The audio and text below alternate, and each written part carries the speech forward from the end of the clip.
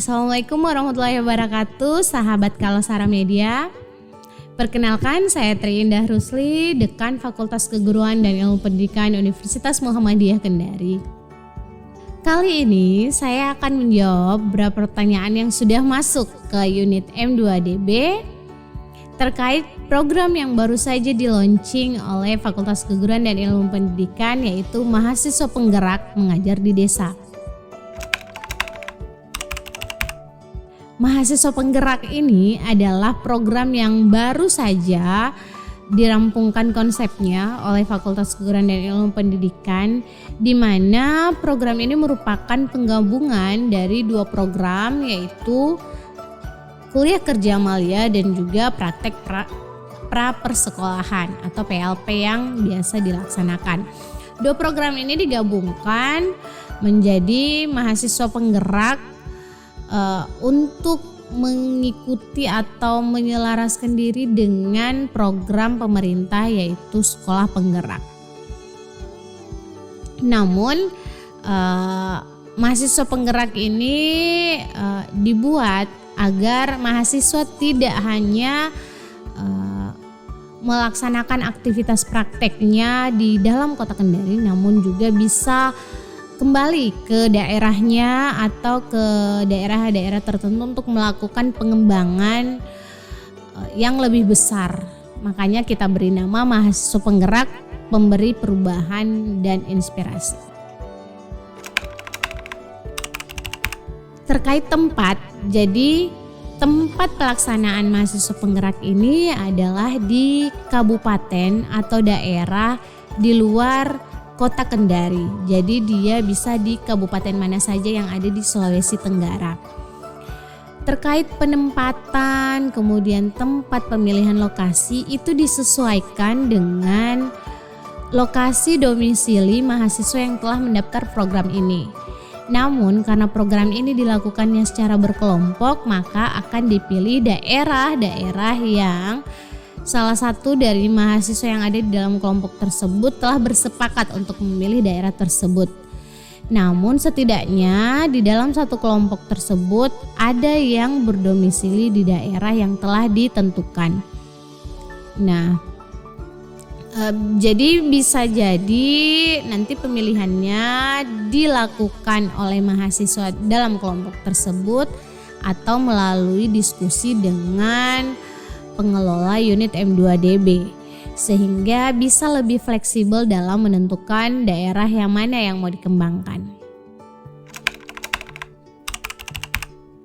Terkait konversi mata kuliah, jadi semua program yang ditawarkan dalam program MBKM yang ada di FKIP itu semua bisa mengkonversi mata kuliah yang berjalan di semester berikutnya. Kalau untuk ini berarti di semester ganjil.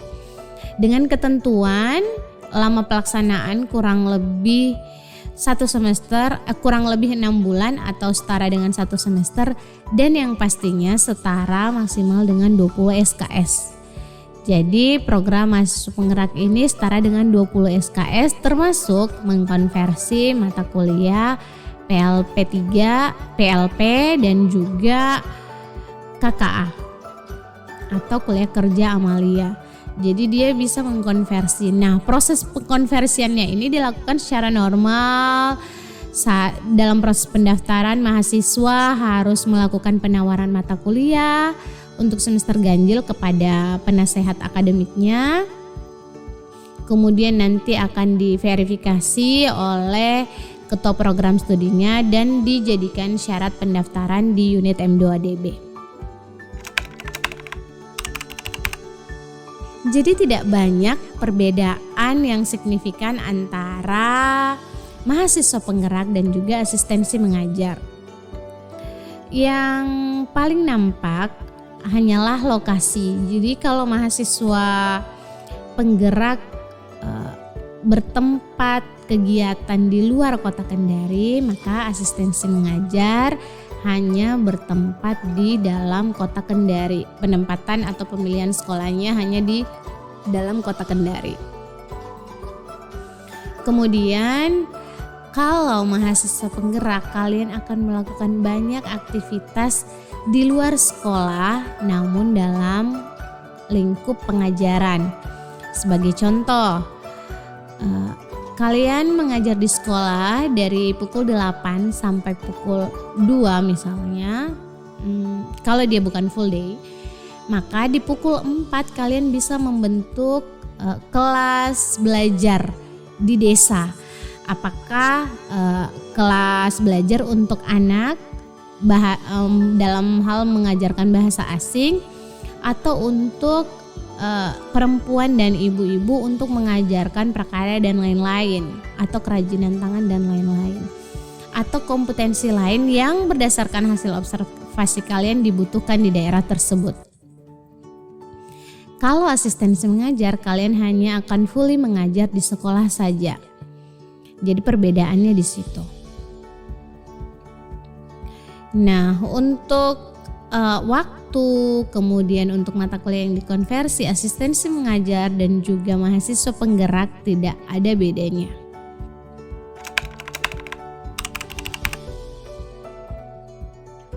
Kenapa harus memilih mahasiswa penggerak?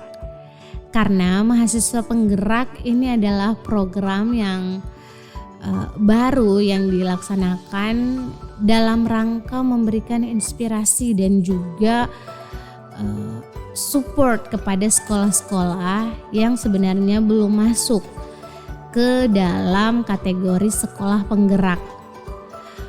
Padahal pada kenyataannya kebijakan pemerintah pada saat ini memberikan peluang yang besar kepada sekolah-sekolah yang belum menjadi sekolah penggerak untuk bisa menaikkan peringkatnya menjadi sekolah penggerak, sehingga dengan adanya mahasiswa penggerak yang turun ke daerah-daerah bisa memberikan banyak kontribusi dalam hal tersebut.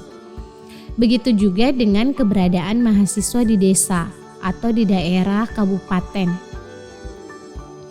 Diharapkan bisa memberikan bantuan bukan secara finansial tapi secara sumber daya dalam mengembangkan, meningkatkan kompetensi atau daya saing daerah tersebut. Sebagai contoh, mahasiswa dari PG PAUD ketika ditempatkan di daerah, bisa jadi daerah tersebut atau desa tersebut belum memiliki PG PAUD.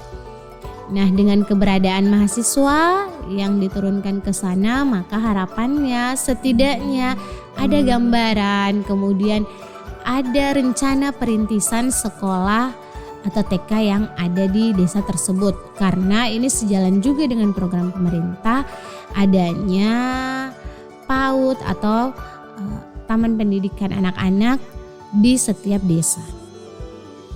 Jadi sebenarnya harapan dari mahasiswa penggerak ini sangat besar, namun tidak menuntut mahasiswa untuk turun kemudian merubah, namun menuntut mahasiswa untuk banyak belajar dan memberikan informasi kepada universitas